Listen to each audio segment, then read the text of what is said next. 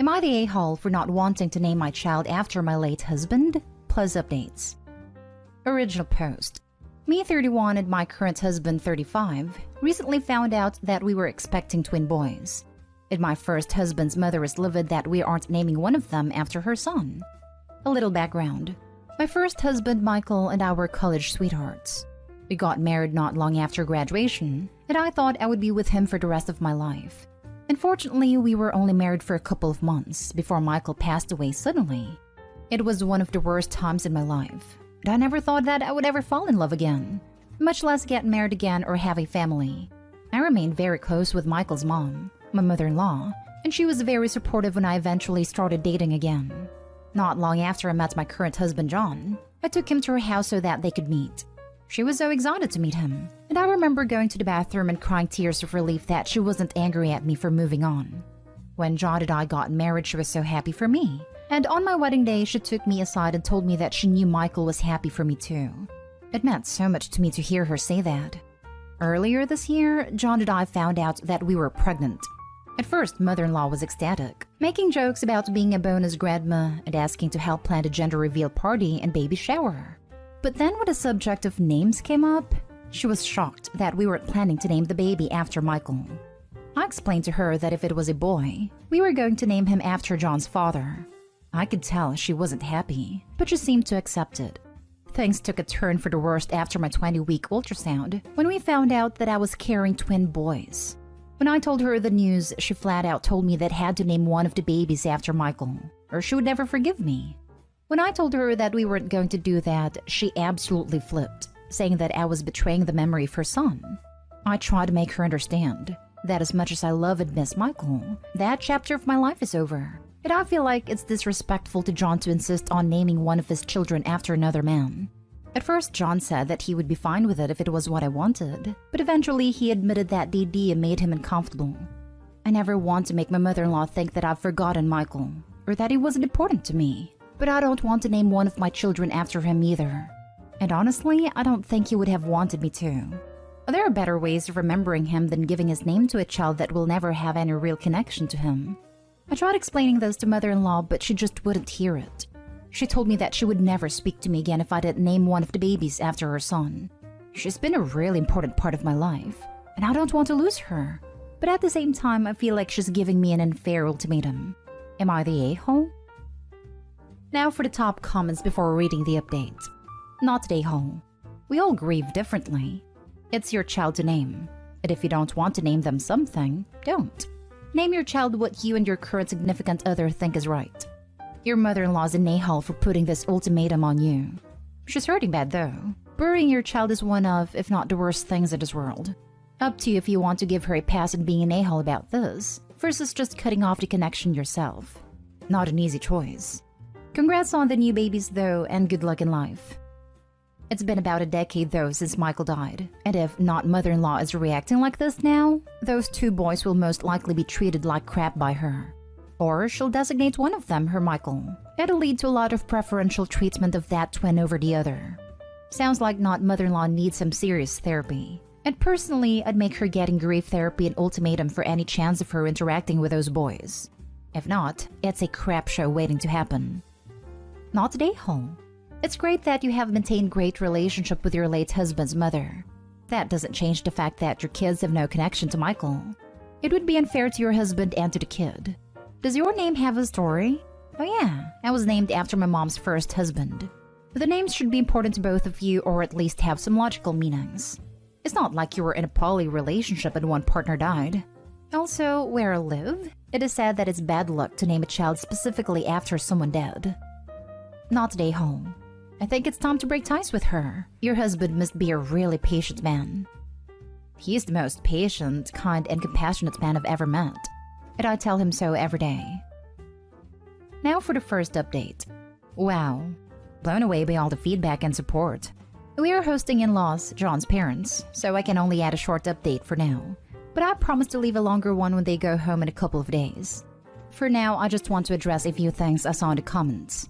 A lot of you wanted clarification as to how long Michael has been gone. It will be 10 years this October. And no, Michael's not his real name. Any names that I've included in the post have been changed to protect anonymity.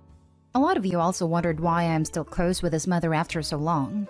I probably should have included this in the original post for context, but there are a couple of reasons for this. Michael was an only child and his father was never in the picture, and she has virtually no other family left besides a handful of cousins who live across the country.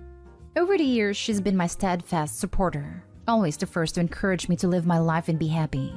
Funnily enough, I might not have met John if it wasn't for her. A friend of mine had set me up with him on a blind date and I almost backed out. The only reason I didn't was because my ex-mother-in-law convinced me to go. Honestly, she is the last person I ever would have expected this from, which is why I've found it so hard to deal with. A lot of you have said this is probably her being forced to finally deal with a lot of unprocessed grief, and I think that's probably true. I think at some point I stopped thinking of her as my mother-in-law and started thinking of her as a friend. I thought that she'd come to think of me the same way, but now I'm realizing that at least a part of her still sees me as Michael's wife. I am hopeful that we will find a way to work it out, but I am prepared to let her go if it comes to that, even though it would make me terribly sad. To those of you who said I should start putting up some boundaries with her, you're probably right. I honestly thought all of the bonus grandma jokes were harmless at first, but now I have started to think otherwise. I don't want to make any rash decisions yet until we've both had a chance to calm down. But as things stand now, she has a lot of work to do in a way for regaining my trust. As to where I stand on the name issue, I am not going to name either of my children after Michael. For those of you who were worried I might cave on the issue, don't be. It was never an option. I briefly considered doing something with a middle name, but ultimately decided against it. I don't want to burden either of my children by naming them after a man they will never have any connection to. As to how we honor Michael's memory, every year John and I go visit his grave on his birthday. It was actually John who started the tradition. The year we got engaged, and we haven't missed a year since. Maybe someday when they're old enough, we'll take the boys. I don't know how exactly, but I'm sure I'll find a way to explain to them who Michael was and what he meant to me. For those of you who ask if this was having a negative impact on my marriage, the answer is no. John has been my rock through the entire pregnancy, and his only concern during this ordeal has been my emotional well-being. I know beyond a shadow of a doubt that if I wanted to name one of these babies after Michael, that he would let me and never say a word about it, no matter how much it hurt him. Which makes me even more determined not to cave on the issue, because I refuse to repay his selflessness with selfishness. As to where things stand with ex-mother-in-law and I, my sister-in-law, brother's wife, is good friends with her. They teach together at the same school, so right now she's acting as a sort of go-between. She says that she thinks ex-mother-in-law is having a long overdue emotional breakdown. We both agree that she has avoided fully processing her grief, and now it's all coming to a boiling point. She's pushing hard to get her to see a therapist, and I'm hopeful that we can salvage at least some of our relationship. But if not, I'll find a way to live with it. And finally, to the handful of commenters who insinuated that I am still in love with Michael, and that I'm not being fair to John, let me just say that until you've been in my shoes, you won't understand. Michael and I were very young when we got married. I loved him very much, and he will always, always have a place in my heart. But John is absolutely the love of my life. It took me years of therapy, but I don't feel guilty about it anymore. Thank you all so much for commenting and leaving your thoughts. It's helped me so much to process things and sort out my emotions. Planning to see my ex-mother-in-law later this week after current in-laws leave, and I will be back with an update as soon as possible. Now for the second update 7 weeks later. I meant to do this sooner, but it has been a wild month. As it turns out, carrying two human beings inside of you takes a bit of a toll, and lately I've been feeling it. As of yesterday, I'm at 32 weeks, which means we're officially out of the danger zone if the boys decide to come early, but hopefully they'll stay where they are for a little while longer. John and I were advised by a friend that we should give them names that mean something to us as a couple. So we decided to name them for our favorite Tom Hanks characters, as it was our mutual love for the actor that we first bonded over. Hint, neither of them will be named Forrest. One of them will be named after a character starred alongside Meg Ryan. Since I made this post, it has come to light that ex-mother-in-law has a serious problem with alcohol. I never realized this before, because apparently she was very good at hiding it. Also, I've been told that while she has been nothing but supportive and kind to my face, she has made some very unkind comments about me and John behind our backs. She's even told some people that I cheated on Michael, her son, with John, even though I didn't even meet him until several years after Michael died. We went no contact 2 weeks ago, and it makes me very sad, because Michael adored his mother, and it would break his heart to see her like this. Because as awful as she's been to me lately, I know it's just because she's in pain. Still, I know he would understand why I've decided to cut her out of my life. I truly hope that one day she'll heal and we can find a way to be friends again. Now for the next story. Am I the a-hole for telling my fiancé he doesn't get to name both of our babies? I'm pregnant with twins and my fiancé and I just found out we're having a boy and a girl. We started talking about names the other day. He told me that he really wanted to name the baby boy after himself, first and middle. I wasn't on board at first, but after thinking about it, I agreed. I told him that for the baby girl, I wanted her first name to be my sister's since we were very close, and the middle to be my dad's since he passed when I was young. My dad's name isn't really unisex, but is becoming a common girl's name. My fiancé got visibly sad and told me he wanted to name the baby girl after his mom and have the middle name be his dad's name. His dad's name is a unisex name. I told him that I didn't really think it was fair that he got to name the first baby what he wanted, and now wants to name the second baby also what he wants. I also said it wasn't fair that my family gets excluded. He said he really wanted to incorporate at least his mom's name. I told him that the baby girl's middle name can be his mom's, but then the boy's middle name is going to be my dad's. He said he wanted the baby boy named completely after him though, so the baby is a junior. I told him he doesn't get to name both of the babies what he wants. He got upset about this comment and has been standoffish toward me. I don't think that was so awful of me to say, but now I'm second-guessing my comment and wondering if I'm an a-hole for it. Now for the top comments. Not an a-hole. Also, it is a nightmare paper-wise when a kid has the exact same name as their father. My family did this with my brother, and it causes so many problems. I highly don't recommend that you do that. Also, my brother started to resent his name due to him wanting to be his own unique person and not a copy of Dad. I highly recommend not going the junior route. Strong support for your comment about your brother being named after his father. Let kids be their unique selves. My husband is a junior, and his father's financial information shows up on his credit report from time to time. Things like having a Sears credit card before he was actually born. You'd think different birthdays and social security numbers would prevent it, but no. Not an a-hole. He's being selfish. Both child names should require 2 yes votes. Exactly. 2 yeses and 1 no is what it takes to name babies. Not an a-hole. I presume he thinks they are both getting his last name too? Why shouldn't get one your last name? And he got visibly sad when he didn't get his way. It's time for you to start getting visibly sad that he can't respect your feelings. Here's a fair solution. You each choose 2 names. First name choice for one gender results and middle choice for the other. He picks Anne and Brad. You pick Claire and David. You end up with Anne Claire and David Brad. Or you end up with Claire Anne and Brad David. Edit. I feel I need to clear something up that I'm seeing a lot.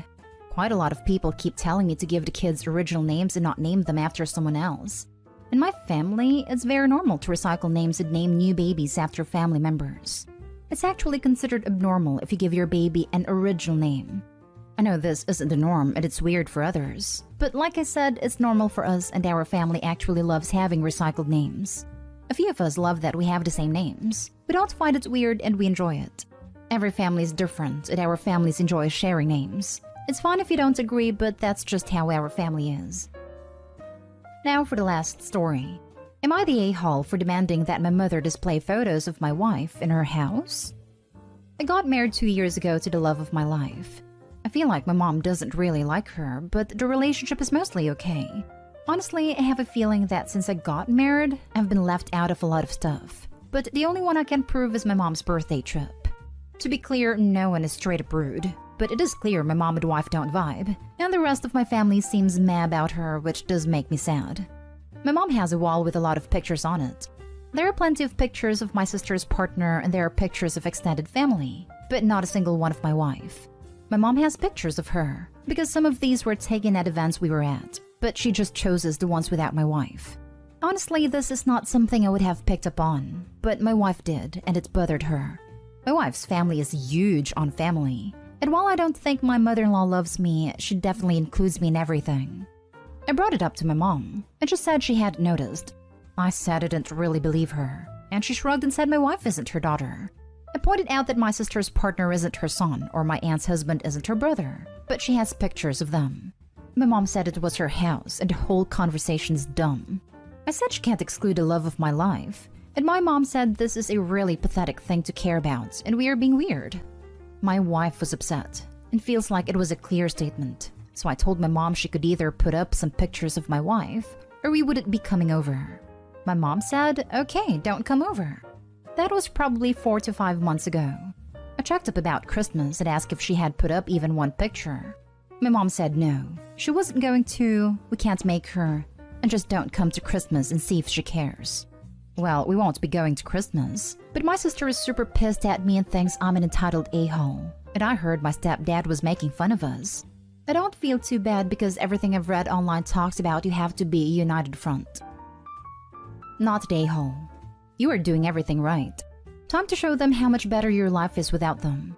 I know with current events travel can be tricky, but you should try to do something special for Christmas and take lots of photos. Also, never take or post another photo of yourself without your wife ever again. If you really want to get petty, if you know there's something your mom wants, but your stepdad hasn't delivered, for example, a piece of jewelry she wants, buy one for your wife and make sure your mom finds out indirectly, and take/post photos. Edit for those having a problem with my petty suggestion. The part about other significants being included and not Opie's wife really pissed me off. If all significants were left out, I'd just say let it go. But if Opie's wife is going to be singled out, I say unleash the petty kraken and give it a camera. Lol, I love that. But unfortunately my mom gets whatever she wants the moment she pouts. Not an a-hole. Your mom doesn't like your wife, unfortunately. However, your mother does have a point. You can't make her put up any photos. Maybe go low/no contact with your mom. Talk it over with your wife and see how she feels.